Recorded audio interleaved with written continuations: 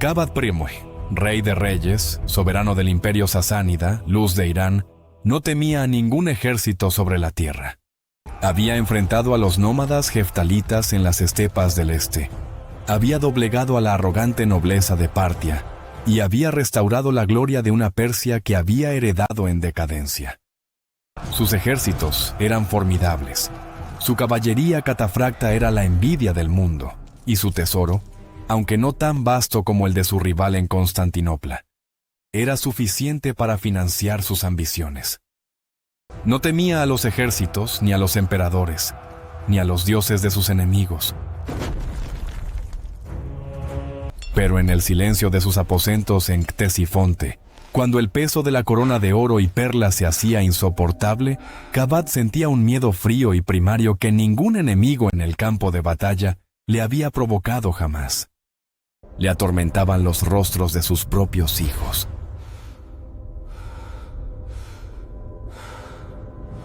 Tenía 3 hijos mayores, Kawus, Yamasp y Sam. Cada uno de ellos era un hombre hecho y derecho, respaldado por poderosas facciones de la nobleza y el clero zoroastriano, cada uno con la mirada fija en el trono. Y luego estaba Cosroes.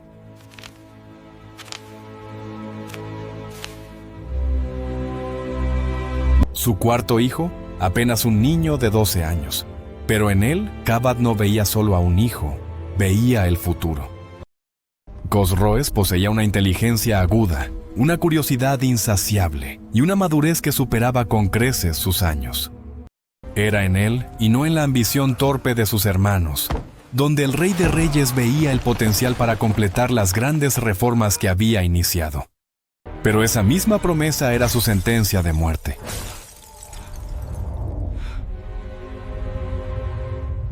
Kabad era un hombre anciano.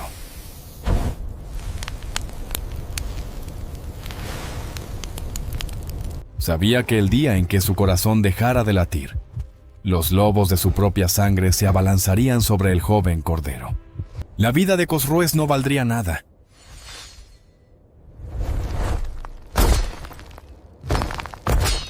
Por eso, en la quietud de una noche de insomnio, mientras las estrellas de Mesopotamia giraban indiferentes sobre su palacio, Kabad concibió un plan que desafiaba toda lógica, toda tradición, toda enemistad. Una idea tan audaz y desesperada que solo podría nacer de la mente de un genio o de un loco. Le pediría a su mayor enemigo, al emperador de los romanos en Constantinopla, que se convirtiera en el protector de su hijo. Le ofrecería a Justino Prima, el hombre cuyo imperio era el único rival del suyo, la oportunidad de adoptar formalmente al príncipe Cosroes.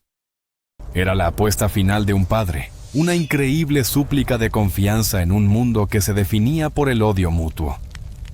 Y su fracaso, como Kabad intuía en lo más profundo de su ser, no solo condenaría a su hijo, sino que desataría una devastación que consumiría a sus 2 imperios.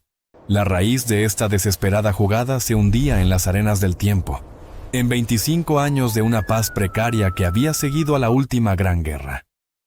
Hacía un cuarto de siglo que el último vestigio del Imperio Romano de Occidente se había desmoronado, dejando su legado imperial en manos de su hermano oriental, el poderoso imperio que la historia llegaría a conocer como Bizancio. La ambición de los primeros emperadores bizantinos era clara: restaurar la antigua gloria de Roma. Pero la realidad geopolítica del siglo VI estaba definida no por los recuerdos de Occidente, sino por la imponente presencia de su enemigo perenne en el este, el imperio sasánida. Tras la guerra anastasiana, se había firmado una paz que duró casi 20 años. Pero era una paz hueca, un simple respiro entre asaltos. Siglos de guerras largas y costosas habían creado una desconfianza tan profunda que era parte del aire que respiraban en Constantinopla y en Ctesifonte. Los preparativos para el siguiente conflicto comenzaban en el mismo momento en que terminaba el anterior. Bizancio ya no poseía el poder militar aplastante de la antigua Roma, pero su capacidad defensiva era formidable. En contraste, los sasánidas dominaban las batallas campales con su caballería pesada, pero carecían de la infantería de choque y el equipo de asedio necesarios para romper la cadena de fortificaciones bizantinas que protegían el interior de Anatolia. Desde la gran ciudad de Constantinopla, dos gobernantes capaces habían supervisado un fortalecimiento económico y político continuo del imperio. El primero fue Anastasio I.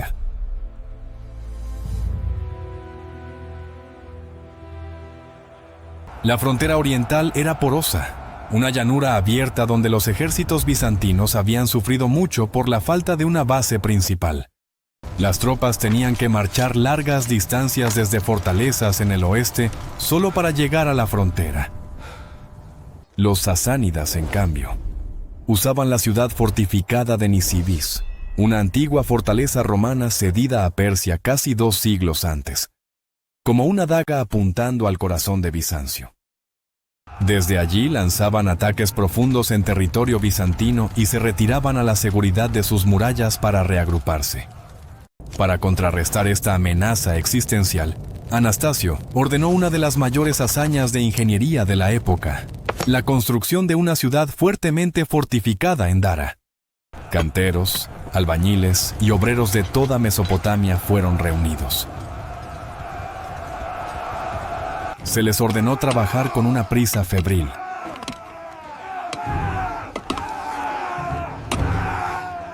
El sonido de los martillos y cinceles era incesante, un clamor que se alzaba hacia el cielo como una oración de desafío. Las murallas, de 20 metros de altura, se elevaban desde la llanura, coronadas por torres de 3 pisos que vigilaban el horizonte. Dentro se construyeron una ciudadela, enormes almacenes para soportar largos asedios, cuarteles para una guarnición permanente, baños públicos e incluso un sofisticado sistema de canales que desviaba un río local para asegurar un suministro de agua inagotable. Dara no era solo una fortaleza, era una declaración. Sería un refugio para los ejércitos bizantinos, un punto de partida para ofensivas y el escudo de Siria. Pero las políticas internas de Anastasio fueron quizás aún más significativas. Reformó el sistema monetario del imperio, emitiendo una nueva moneda de cobre estable que finalmente puso fin a la inflación galopante que había plagado a las clases bajas durante casi 200 años. Reformó el código fiscal para cerrar las lagunas que los ricos explotaban y arrebató la recaudación de impuestos a los poderosos senadores locales, asignándola a agentes imperiales. Al reducir los impuestos a las clases urbanas, estimuló el comercio y la industria. Cuando murió en el 518, Anastasio dejó a su sucesor un tesoro imperial rebosante y un país internamente estable y enriquecido. Su sucesor, Justino I, era un soldado ilirio que había ascendido por méritos propios. Ya en sus últimos 60 años, cuando tomó el poder, continuó la sabia consolidación de Anastasio. Mantuvo sus políticas económicas, enriqueciendo aún más el tesoro, y mantuvo el compromiso de apostar ejércitos en el este. Pero en el frente diplomático, Justino era mucho más audaz y taimado que su predecesor. Mientras mantenía una fachada de paz, comenzó a tejer una red de alianzas y estados clientes en las mismas fronteras de Persia, buscando crear zonas de amortiguación y puntos de partida para futuras guerras por delegación.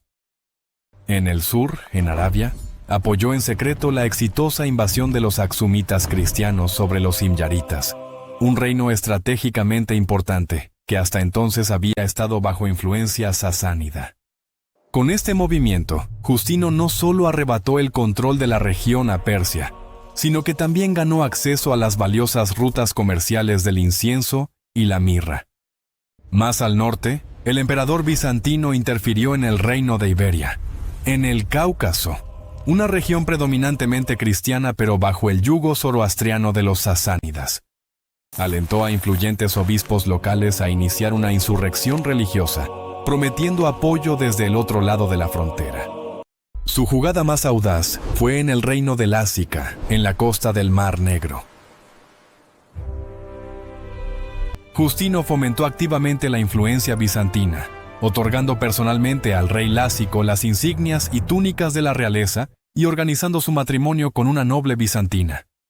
Estos actos aumentaron enormemente la legitimidad del rey a los ojos de su propia nobleza. A cambio, Justino exigió dos cosas: la conversión del rey al cristianismo y el estacionamiento de guarniciones bizantinas en Lásica. El objetivo era claro: reducir la influencia sasánida a cero y convertir a Lásica en un protectorado bizantino. El arquitecto de esta política desde el lado persa era el formidable Kavad Prinme. El rey sasánida, con una brillantez diplomática que a menudo mostraba, había convencido a Constantinopla de que el verdadero peligro para ambos imperios provenía del este: los heftalitas, a veces llamados los hunos blancos. Kavad explotó el hecho de que los recuerdos de las invasiones de Atila en Europa todavía estaban frescos en la memoria bizantina. Argumentó que Persia actuaba como el escudo del mundo civilizado, conteniendo a estas hordas bárbaras. Si no se detenían, advertía, solo era cuestión de tiempo antes de que llegaran a tierras bizantinas. Con esta narrativa persuadió con éxito a Constantinopla para que financiara la defensa de Persia. Advirtió sin rodeos que si los pagos no llegaban, sus ejércitos se verían obligados a saquear las provincias bizantinas para obtener los fondos necesarios para luchar contra los nómadas. Era un chantaje diplomático de un genio asombroso.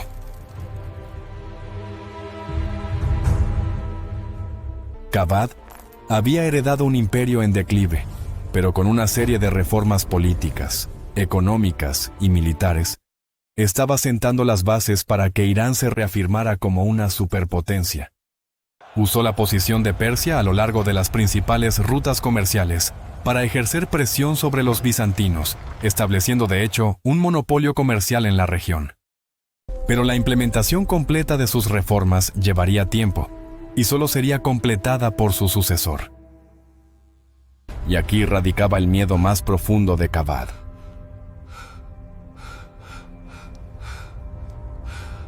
Veía un potencial inmenso en su joven hijo, Cosroes, y lo prefería enormemente sobre sus otros hijos, a quienes consideraba ambiciosos pero mediocres. Fue este miedo, esta desesperada necesidad de proteger a su heredero, lo que lo llevó a su audaz propuesta. Envió emisarios a Constantinopla con un mensaje para Justino. No pedía oro, ni tierras, ni tratados.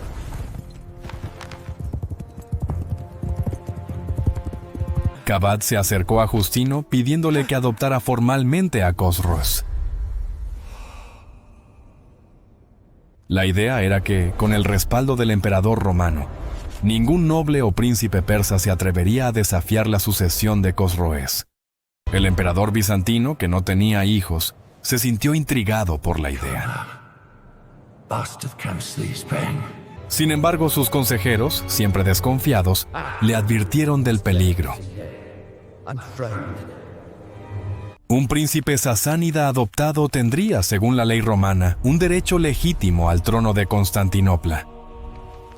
Un día, Persia podría reclamar el propio imperio bizantino a través de la herencia. Tras días de deliberación, Justino envió su respuesta. Aceptaría adoptar a Cosroes, pero no según la ley romana, que lo convertiría en un ciudadano y posible heredero. En cambio, ofreció una adopción según la costumbre de los bárbaros, un estatus menor, similar al que se concedía a los caudillos germánicos. La respuesta fue un insulto calculado, una bofetada diplomática en el rostro del rey de reyes. Cuando el mensajero bizantino entregó la respuesta en Ctesifonte, Kavad lo escuchó en un silencio glacial. No gritó.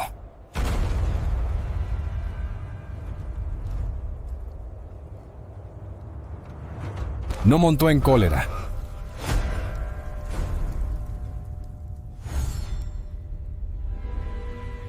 Simplemente despidió al enviado con un gesto.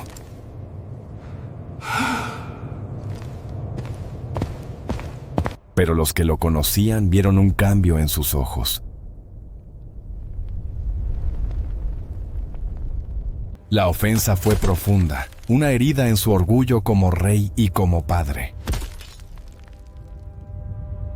Había ofrecido un puente de confianza sin precedentes, y su enemigo se lo había escupido en la cara. La frágil paz, sostenida durante 20 años por el oro y la diplomacia cínica, se hizo añicos en ese instante. Las negociaciones se rompieron.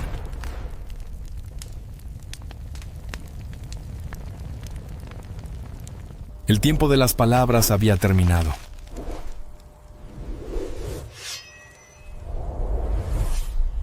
La respuesta no se hizo esperar.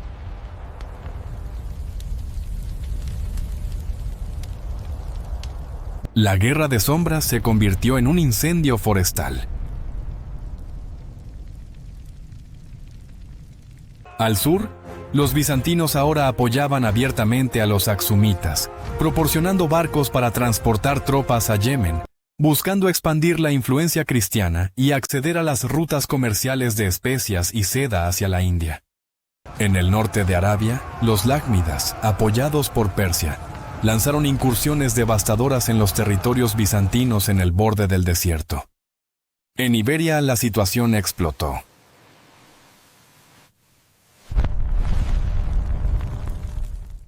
Cavad envió tropas para aplastar la insurrección religiosa que Justino había fomentado. El rey cristiano de Iberia huyó a Lásica y pronto recibió el apoyo de Justino, quien reclutó a mercenarios hunos del norte del Cáucaso para ayudar a los íberos. Los sasánidas intentaron recuperar el control sobre Lásica, pero fueron rechazados por las guarniciones bizantinas que ya estaban estacionadas allí. En ese momento, Justino ya era un anciano frágil.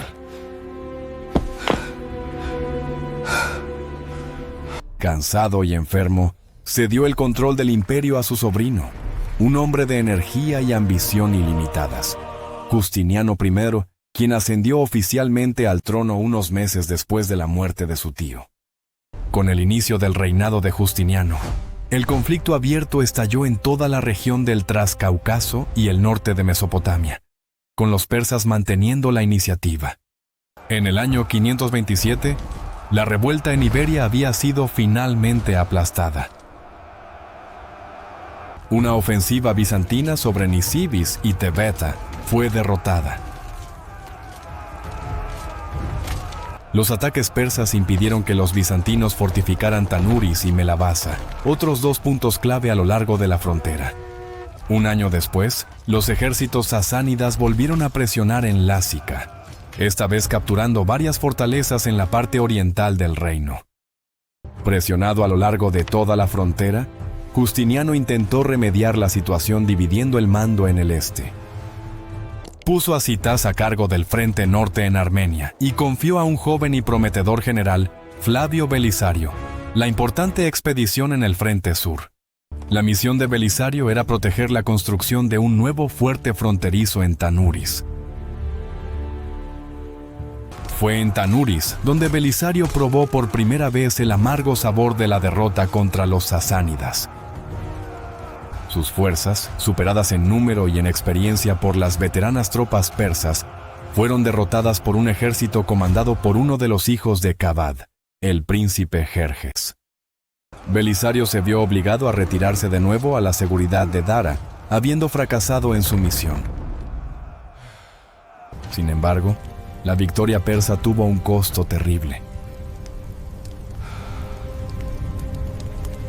En la feroz batalla, habían perdido a 500 de sus inmortales, la guardia de élite del rey.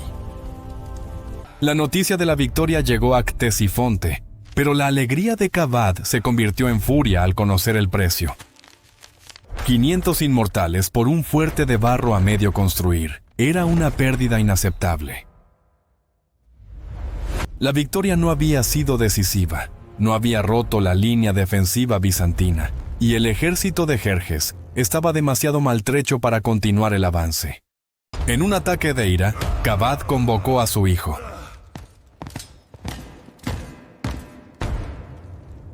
Ante toda la corte, lo despojó de sus insignias de mando, lo humilló públicamente y ordenó que fuera encarcelado.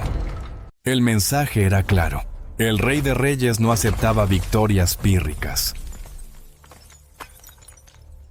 Exigía la aniquilación.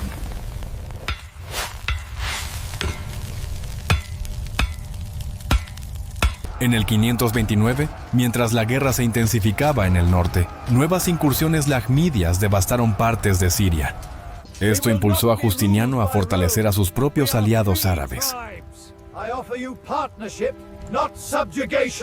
Asistió a la coalición laxa de tribus gasánidas para formar un reino coherente bajo un único líder, creando un estado tapón que pudiera presionar a los lájmidas y proteger la frontera del desierto.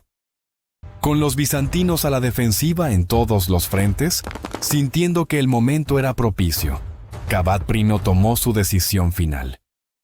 Reunió a su ejército principal, el corazón de la fuerza militar sasánida, y le encomendó una única misión: marchar sobre Dara. No se trataba de una incursión, ni de una escaramuza por un fuerte fronterizo.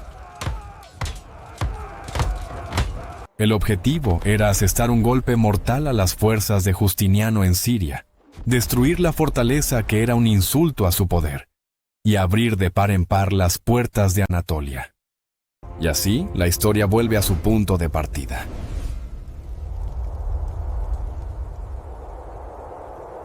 A un caluroso día de verano en el norte de Mesopotamia.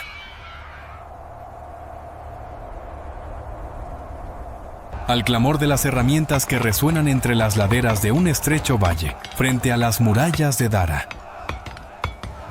A los ingenieros que gritan órdenes, sabiendo que las almenas deben estar terminadas antes del anochecer. Desde una colina que domina la ciudad, Flavio Belisario dirigía estos apresurados preparativos defensivos. Había aprendido su lección en Tanuris.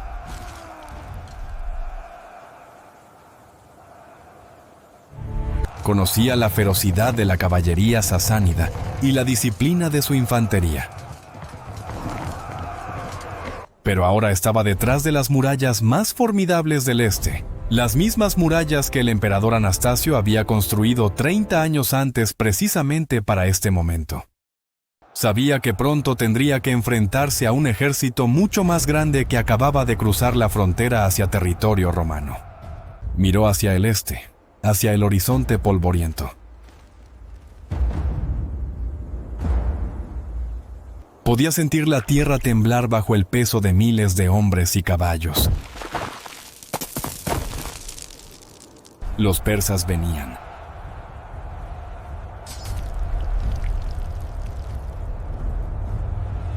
Y esta vez venían a por todo.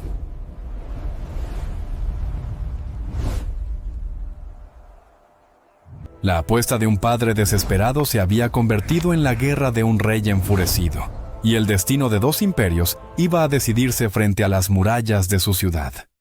La vanguardia del ejército persa apareció como una mancha oscura en el horizonte, una nube de polvo que crecía lentamente, devorando la llanura. Belisario observó con un catalejo, su rostro impasible. A su lado, su lugarteniente, Hermógenes, no podía ocultar su nerviosismo. Son más de los que los exploradores informaron, murmuró Hermógenes, sus nudillos blancos mientras se aferraba a la empuñadura de su espada. Muchos más.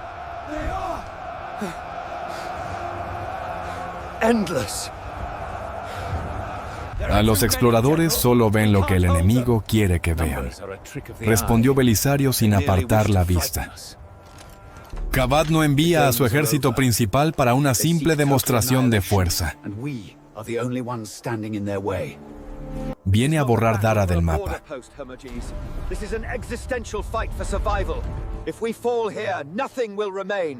Belisario tenía bajo su mando a unos 25,000 hombres. una fuerza considerable, pero sabía que el ejército persa, bajo el mando del general Peroses, superaba los 40.000. Las probabilidades estaban en su contra, pero Belisario no era un general convencional. Había estudiado las tácticas persas, sus fortalezas y, lo más importante, sus debilidades. Su superioridad residía en su caballería pesada, los catafractas, que podían arrollar cualquier formación de infantería en campo abierto. Su debilidad era una adhesión rígida a la tradición y una cierta arrogancia. Belisario no iba a luchar en los términos de Peroses.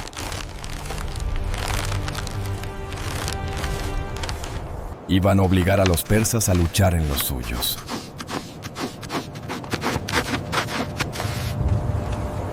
Bajó de la colina y cabalgó hacia las puertas de la ciudad.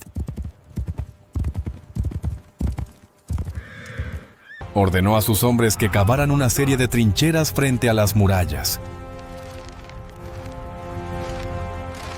No eran trincheras ordinarias.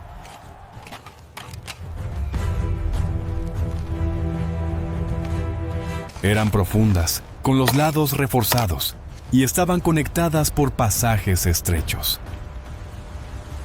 Formaban una línea defensiva compleja, una trampa diseñada para romper la carga de la caballería persa y canalizarla hacia zonas de muerte, donde sus arqueros y honderos pudieran hacer estragos. Los oficiales de Belisario protestaron.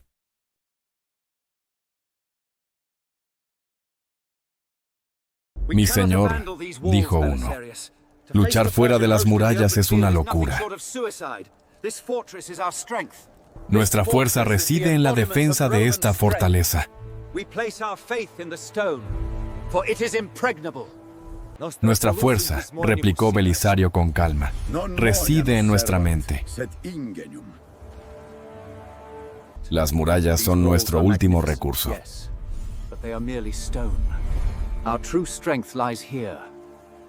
La trinchera es nuestra arma.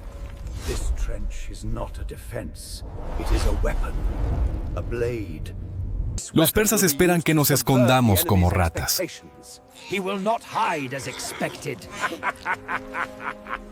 En cambio, les mostraremos los dientes.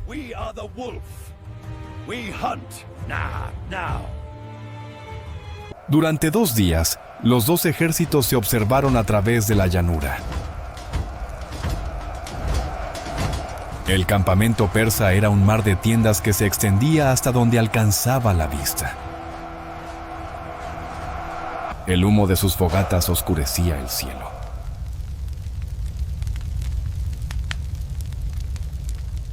Enviaron heraldos exigiendo la rendición incondicional de Dara. Belisario los despidió cortésmente.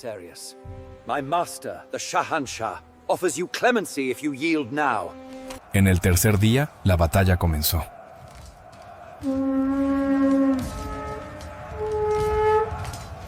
El sonido de miles de cuernos y tambores persas llenó el aire. La primera oleada, compuesta por infantería ligera y arqueros, avanzó hacia las trincheras. Fue una prueba, un intento de medir la resolución de los bizantinos.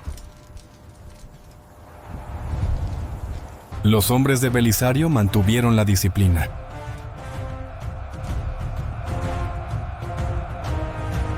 Esperaron hasta que los persas estuvieran al alcance y luego desataron una lluvia de flechas, jabalinas y piedras. La primera oleada se rompió y huyó en desorden.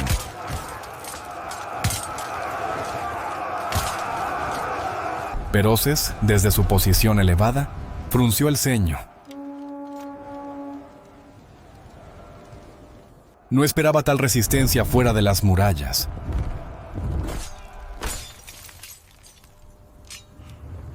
Con un gesto de impaciencia, ordenó el ataque principal.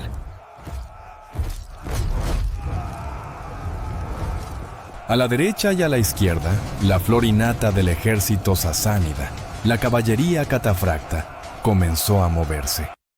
Eran una visión aterradora, Hombres y caballos cubiertos por completo con armaduras de láminas de acero, brillando bajo el sol de Mesopotamia. Avanzaron primero al paso, luego al trote, y finalmente se lanzaron a una carga atronadora, con las lanzas en ristre. La tierra temblaba.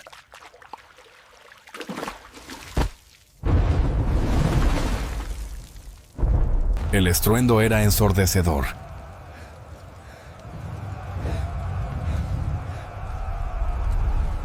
Para un soldado de infantería, ver a esa muralla de acero y furia cabalgando hacia ellos era la prueba definitiva de valor. Pero los hombres de Belisario, protegidos en sus trincheras, se mantuvieron firmes. La primera línea de catafractas se estrelló contra la inesperada zanja.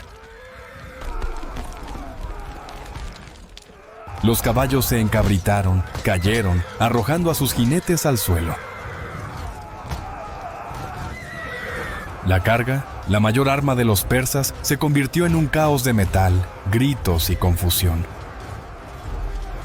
Los caballos que lograron saltar la primera trinchera se encontraron atrapados en el laberinto de zanjas, incapaces de ganar velocidad o maniobrar. Fue entonces cuando Belisario dio la señal.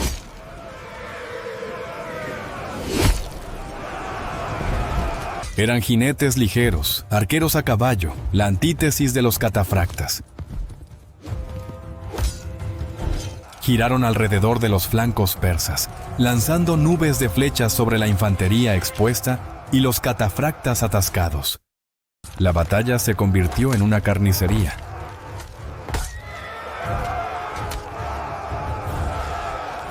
Los persas, atrapados y desorganizados, lucharon con la ferocidad de la desesperación, pero estaban en la trampa de Belisario.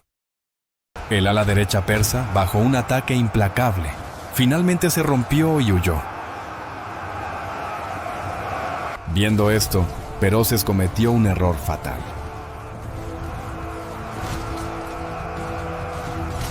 Desesperado por reclamar la victoria, tomó a su unidad de élite, los Inmortales, que había mantenido en reserva, y los lanzó al combate en el ala izquierda, que todavía resistía. Belisario había estado esperando ese momento.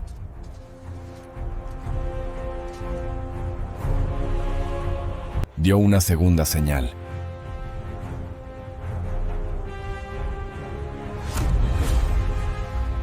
Su propia caballería de élite, los bucelarios, que había mantenido ocultos detrás de una colina, cargaron contra el flanco expuesto de los Inmortales.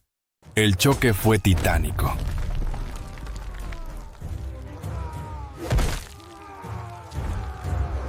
Pero los Inmortales, ya comprometidos en la lucha en las trincheras, fueron tomados por sorpresa. Rodeados y superados, lucharon hasta el último hombre. Al final del día, el campo de batalla estaba sembrado con los cuerpos de miles de persas. El ejército de Peroses estaba destrozado.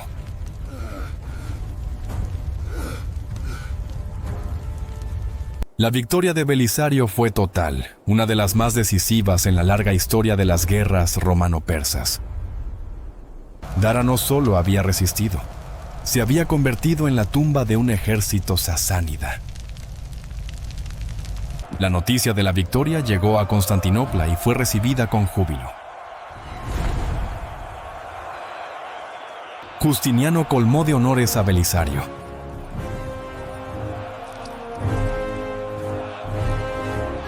Pero la guerra estaba lejos de terminar.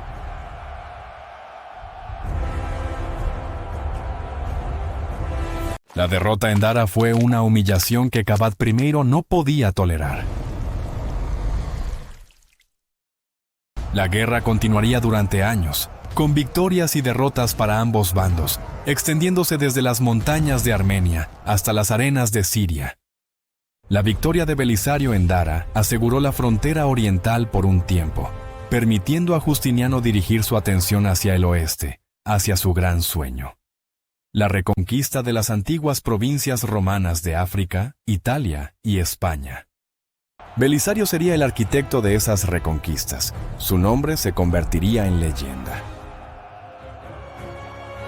pero la rivalidad con Persia perduraría.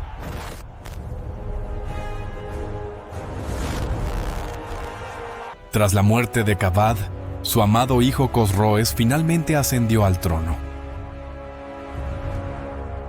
Se convirtió en Cosroes I, uno de los más grandes reyes de la historia de Persia, un rival aún más formidable que su padre. La lucha entre los dos imperios, nacida de la desconfianza, alimentada por la ambición y encendida por el miedo de un padre por su hijo, definiría su era. Una lucha titánica entre dos mundos que finalmente los debilitaría a ambos, dejándolos vulnerables a la nueva tormenta que se estaba gestando, sin que ellos lo supieran, en los desiertos de Arabia. El eco de los martillos en Dara no fue el final de una historia, sino el prólogo de un nuevo y sangriento capítulo en la historia del mundo.